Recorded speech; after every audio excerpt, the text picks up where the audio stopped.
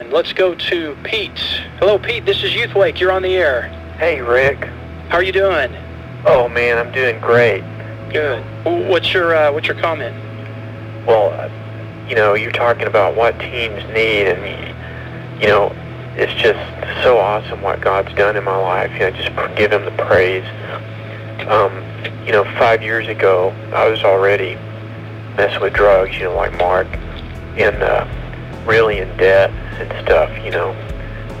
Borrowed a lot of money from people to keep my habit going, and I was living, down the San Fernando Valley, and doing prostitution and stuff to bring in enough money to keep my habit. I was doing a lot of crystal and stuff like that. Mm-hmm. And I just give God the glory though, because He just changed my life, and it was rough at first because. Pete, I hate interrupting. We're going to have to cut it pretty short here so we can get other callers. So if you could just wrap it up in about a minute or so. I'm really tired right now. Oh, that's fine.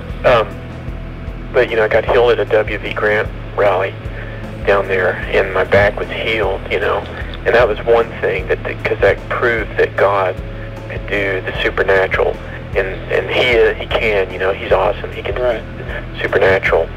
And then the other thing was just, I'd had Christian girlfriends before,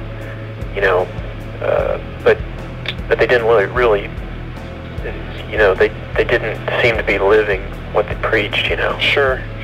Finally hooked up, this good Christian girlfriend who read the Bible and talked the talk and walked the walk and just gave phenomenal head, and it really changed. Okay, we're going to move on here to other callers. We obviously had a caller who's been baiting us from the very beginning. I think he's smarter than we are, Bill. I think he was a lot smarter, and we'll just take him in innocence, and we'll always let him be smarter. The Bible says for us to esteem every man as greater than ourselves.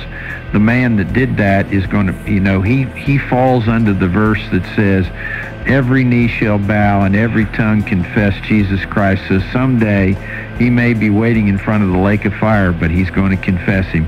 And with that, go on, Kevin. I'm sorry.